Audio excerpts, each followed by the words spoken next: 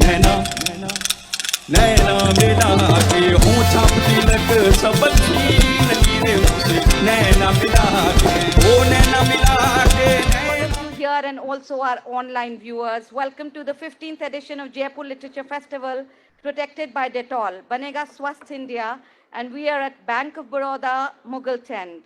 We are delighted to introduce Anthropocene, Climate Change, Contagion, Consolation. This session is presented by Hero Future Energies. Sudeep Sen's acclaimed new book, Anthropocene, Climate Change, Contagion, Consolation, is a literary and artistic response to the most urgent issues facing humanity, climate change and the pandemic. He tackles their complexities with honesty, sensitivity, and without compromise. Engaging with multiple genres, the book interrogates our lives against the backdrop of a dangerously fraught and ever-changing landscape on levels emotional, physical, micro, and macro. It's a plea for positivity and prayer. Sen joins acclaimed poets Ranjit Hoskote and Ruth Padel, a session exploring urgent, pervading themes and their effects on the public and private spheres and genre-defying responses to a precarious present.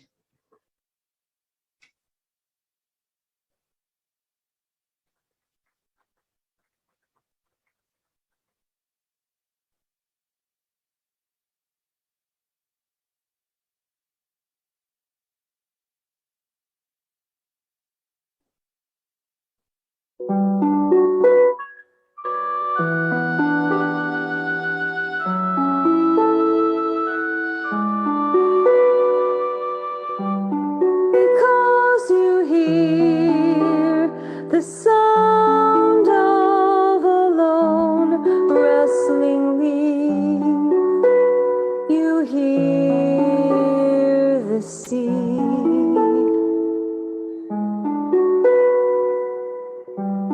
Because I consider the sea silent,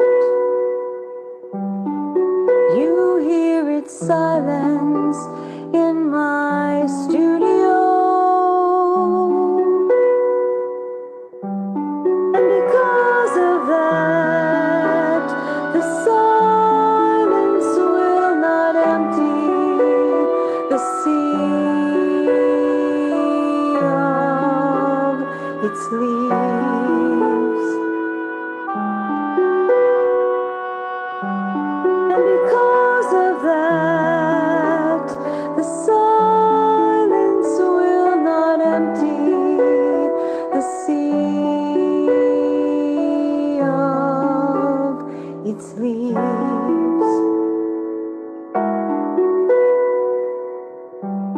Because you hear the sound of a lone rustling leaf, you hear the sea.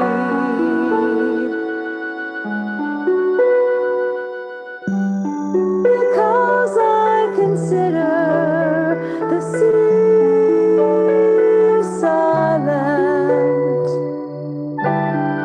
you hear its silence in my studio. And because of that, the silence will not empty the sea of its leaves.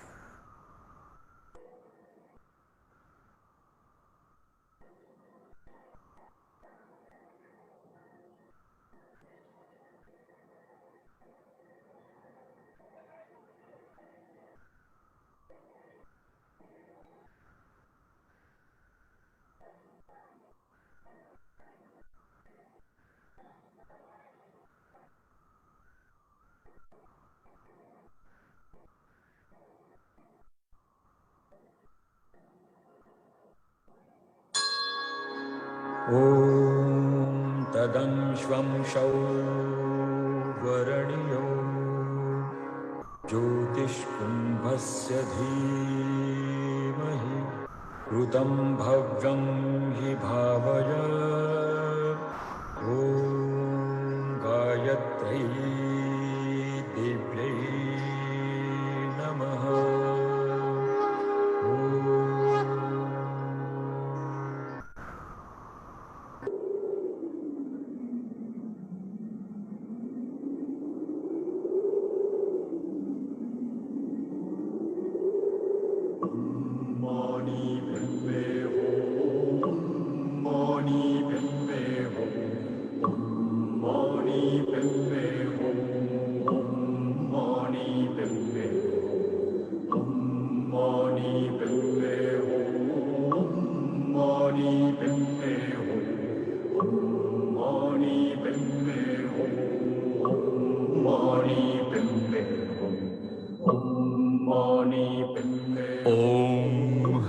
Mani Padme Hum. Oh, the jewel in the lotus. 1. Manas Sarovar, Mount Kailash. Frayed, flapping in the high winds, prayer flags gently unravel. Homage to the day's first light. But today the dawn is not as bright, though heavy, brooding, silver gray like the lake's shimmering glass top. No one is here except for a woman staring far away, wrapped in her sanctity of continuous linen, her own sari like a prayer flag, though devoid of any color. She isn't mourning or crying, just gazing fixedly into the water's changing glimmer as the sky's wet weight and the shore's rocky line meet, their edges meanderingly melting into the lake itself. I stood far behind her, behind everything she saw. She was only an accidental figure in the widescreen frame. Unlike her, I was looking skywards through the prayer flag's translucent cotton, counting each thread of each piece of cloth that wove private stories whispered only to me. Weather-worn, strung across canted multiple horizons, I tried to map their own geographies, each an island, each with its own terrain, texture, inscription, and scripture.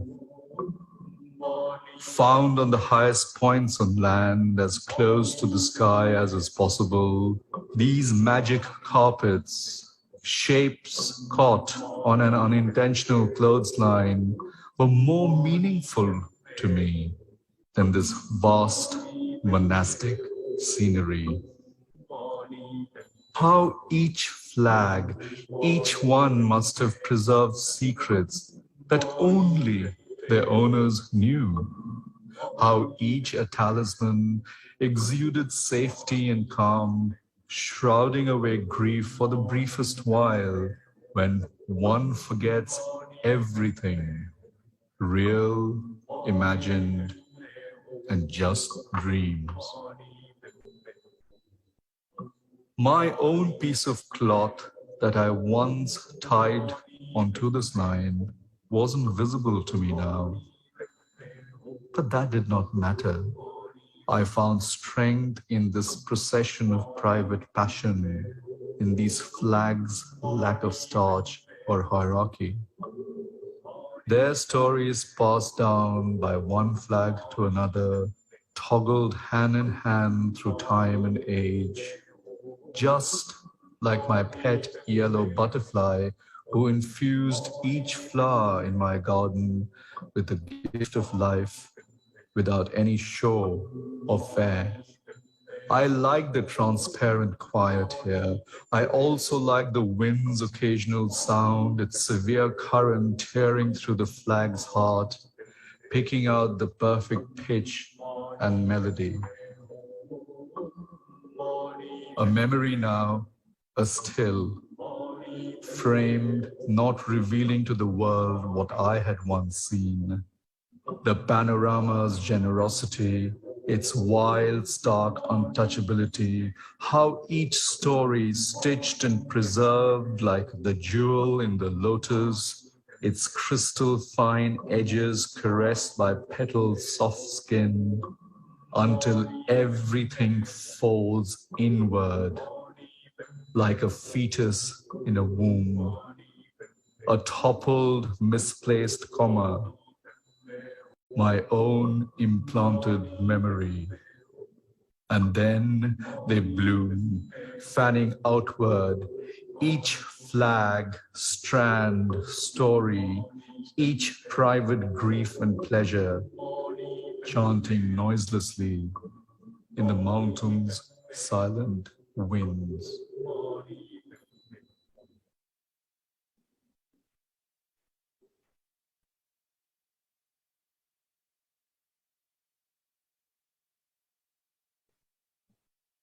Good afternoon. Lovely to see all of you. It's been a long, long time.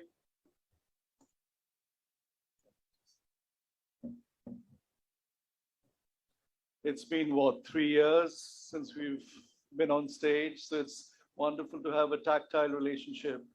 And this is a poem from the book. I just played you these because I work collaboratively with dancers and musicians and filmmakers. So I just thought it'll be lovely for you to see this.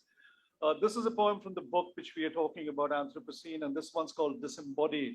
It's set in my home city of Delhi, but it's largely could be anywhere in the world.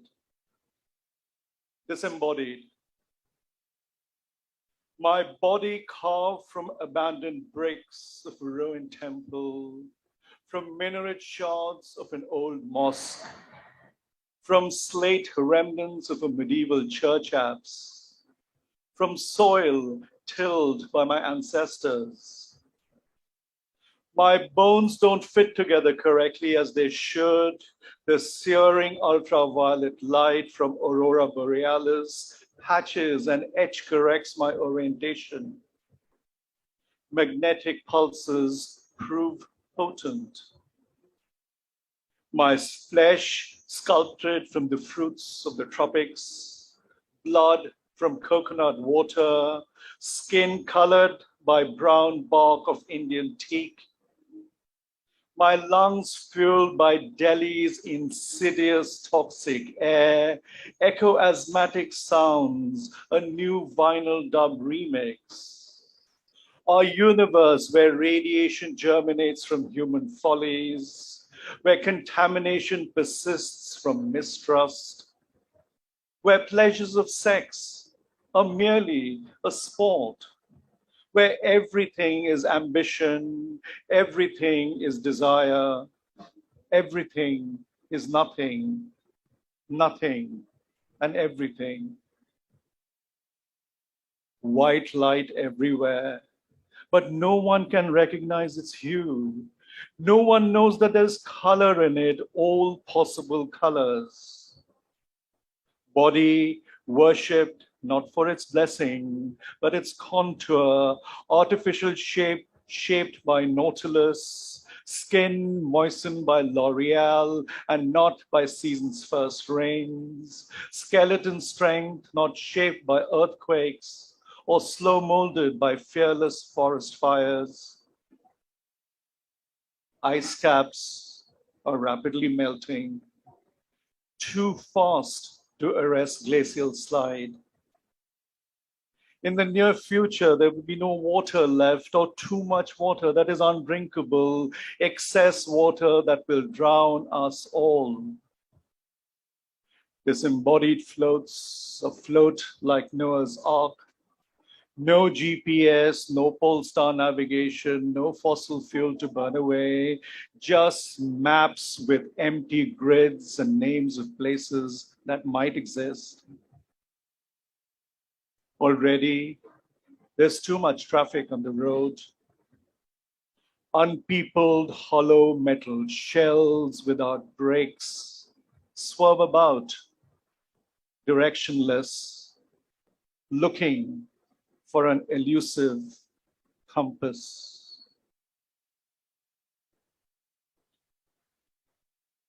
So the book, of course, is about climate change, pandemic, and consolation, but it was very, very important for me that the book ends in the note of hope, a strain of positivity, because without hope, without light, we can't possibly go on.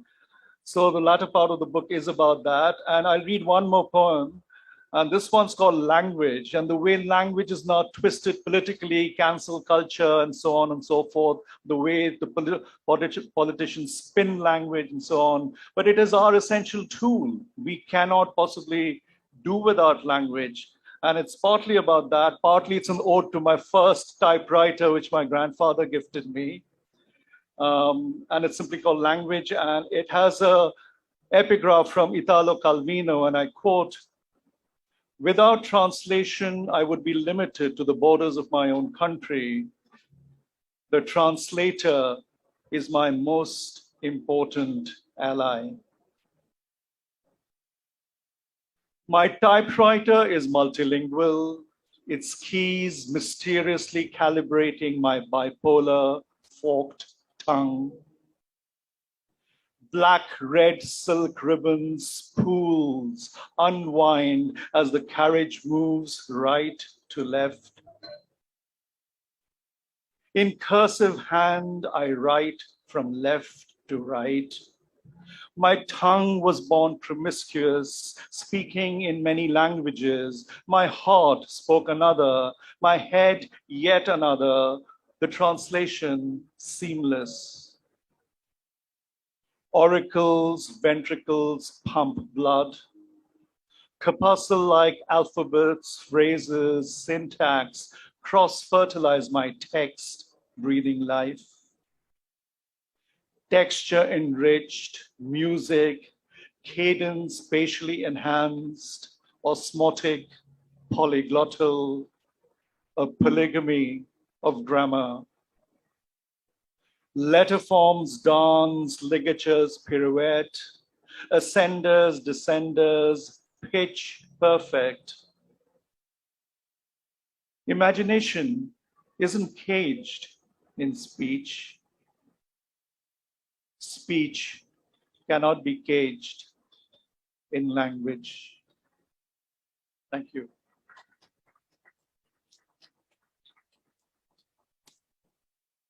Yes.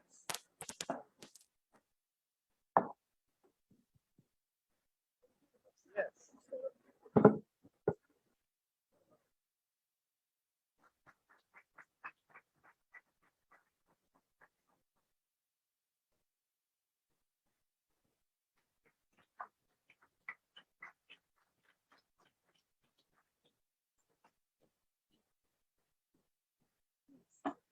So I'm delighted to engage with this a little bit and to help give you all a glimpse of what's inside it. It's a very rich book covering a lot of different aspects of the climate crisis, the crisis in nature, the crisis in the environment. But there are a lot of oppositions in it. And there's prose and poetry. And there's also, you read a poem, Disembodied, but there's a lot of embodiment. And one of the poems I found very moving is about asthma. I think you must have asthma. And a friend of mine had asthma, and he said once, Ruth, having bad asthma is like you need oxygen, but the very thing you need is poison to you. And I thought that was, would you like to talk a little bit about that? It seemed to enshrine the whole planet in your own body.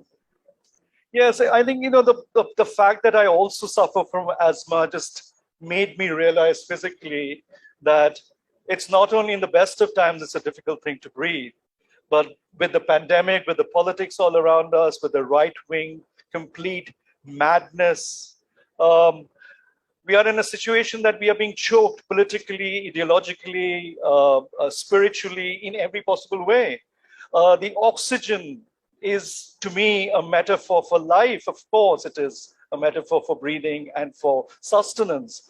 But in a sense that something like the sword, which Gandhi said that it should be free and it should be everybody's property until the British added a tax on it. Similarly, the corporates and the right-wing setup are taxing the oxygen in a very kind of oblique way by containing it in cylinders and selling it, by channeling it in a way that it is not accessible to normal people. So partly it's all about just that, the politics of air, the politics of breathing, the politics of just existence, really.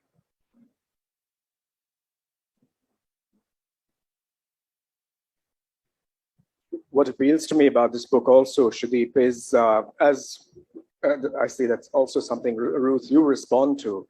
The fact that it's composed on the principle of montage. There's your own poetry, there's the work you've done in translation, it's polyphonic in that sense. But also what struck me when I first read it is that you're setting forth on an almost impossible project. There's, at one level, Anthropocene, your book, is an attempt to write a kind of Ritu Samhara, a cycle of the seasons, like Kalidas's, for instance. But how do you write a cycle of the seasons in the moment of climate catastrophe when the seasons have broken down?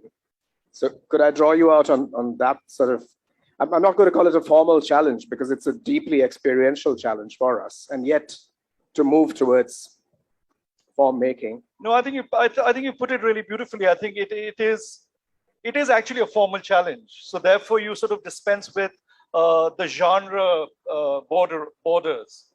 I mean, I would have normally just written poetry and just published it as a poetry book, but this demanded kind of breakages and leakages and spillages, because that's what's happening around us. So prose seeps into poetry, poetry seeps into sort of meditative reportage. The first 2 months, many of us are very privileged. I have a terrace on top of my house. And the first 2 months, the only place I could go out unmasked was on my terrace. And it was wonderful. It was the childhood of the Delhi of my childhood that returned. You know, the skies were bluer, the birds returned.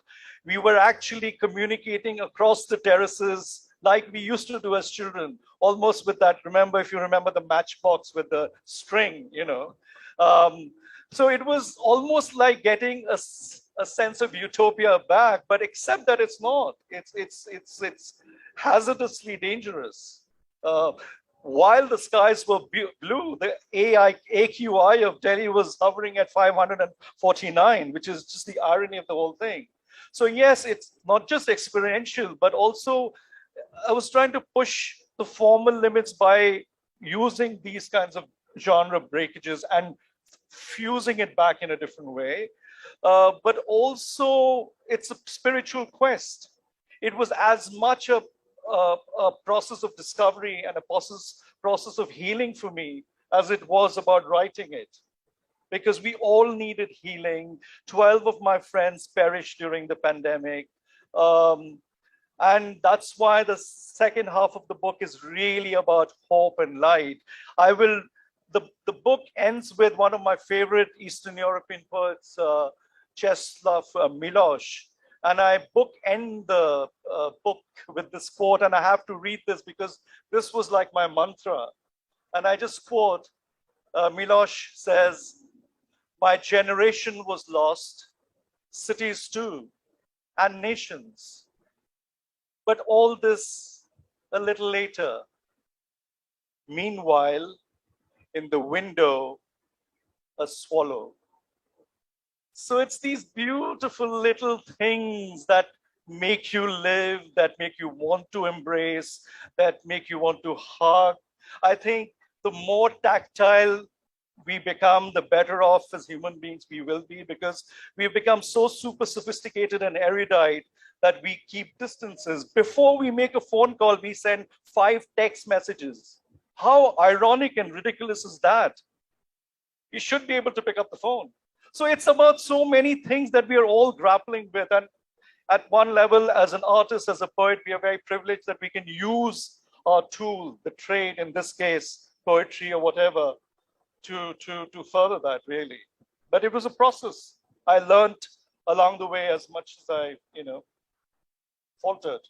But one of the parts of speech I noticed you use a lot is the adverb. And I was thinking that perhaps that is a way of characterizing a process. Only a fantastically wise and formal poet like Ruth Padel would pick on that. And I'm sure Ranjit has picked on the other formal aspects. It was a conscious decision. Yes, yes. It was just a trope in a way, because you have to disguise a lot of things and you're trying to push a certain kind of narrative forward. So how do you use the wonderful dictionary and of grammar and all the tools that we have in our possession?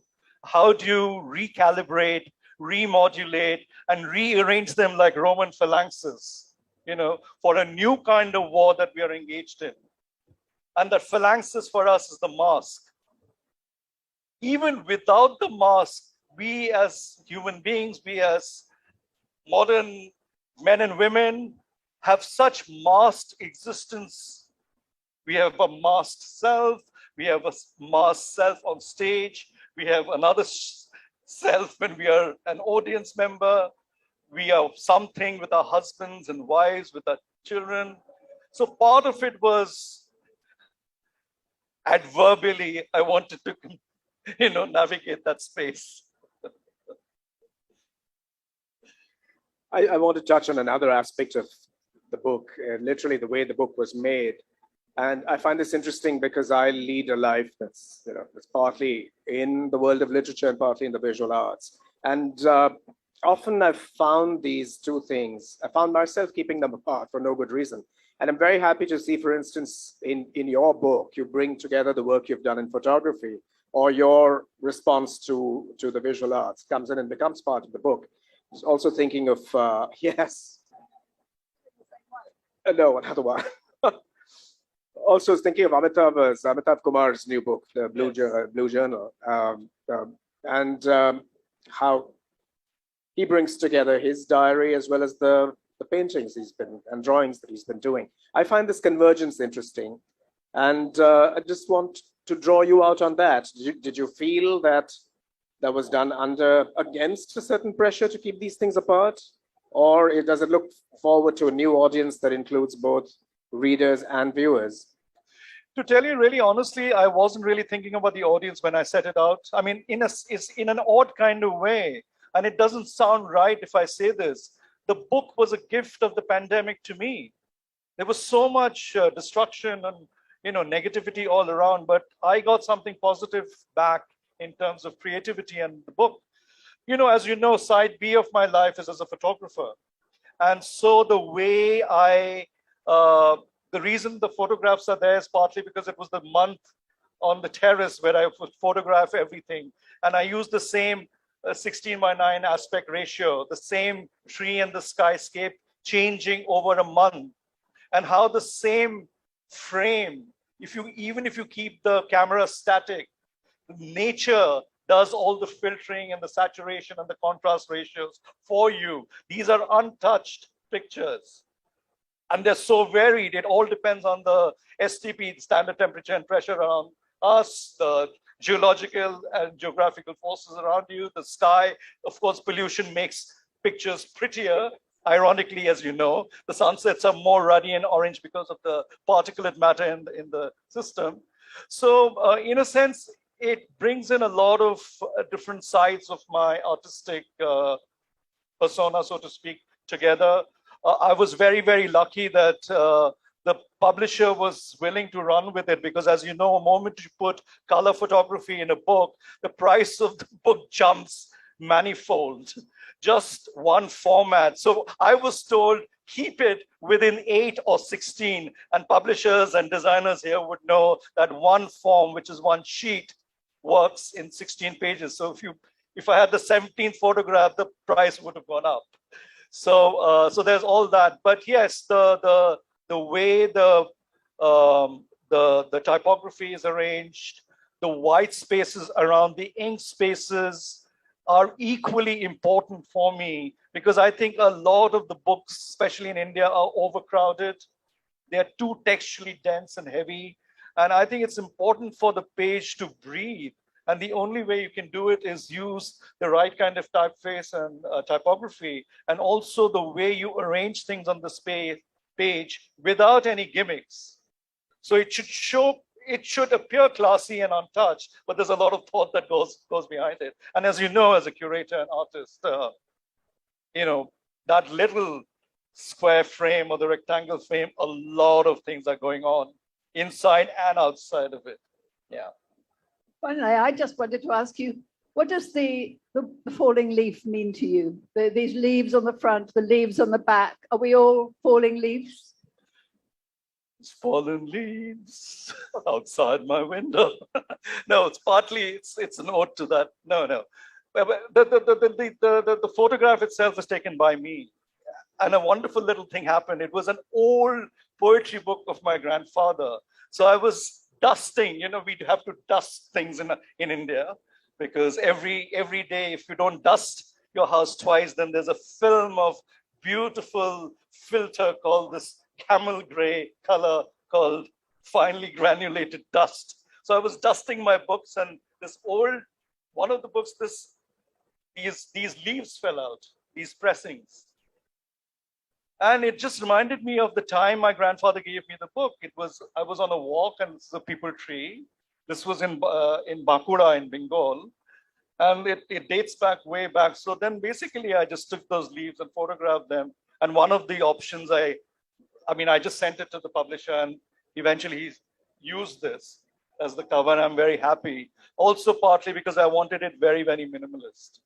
Because there were some very beautiful but overly stylized versions I saw. I just wanted some clarity and purity and also bring out the bleakness that we are going through. And the fact that these particular leaves have a serrated, see-through, filigreed kind of gauze effect is the fact that our lungs are carboned and got holes. So part of it was reflective of that. But as artists and critics and anthologizers and so on, we can speak on anything and make it sound very intelligent. But at the core of it, it was an emotional choice. It was to link the story of my childhood village, grandfather, the old book of poems I was reading, and the fact that the leaves accidentally fell off and gave new life and blessed my new book. Thank you. Thank you for being here. Thank you so Lovely much. to see so many friends. Have a safe next year and keep your neighbors safe as well. Thank you, Sudeep Sen, Ranjit Hoskote, and Ruth Padel. We'd also like to thank Hero Future Energies for their support.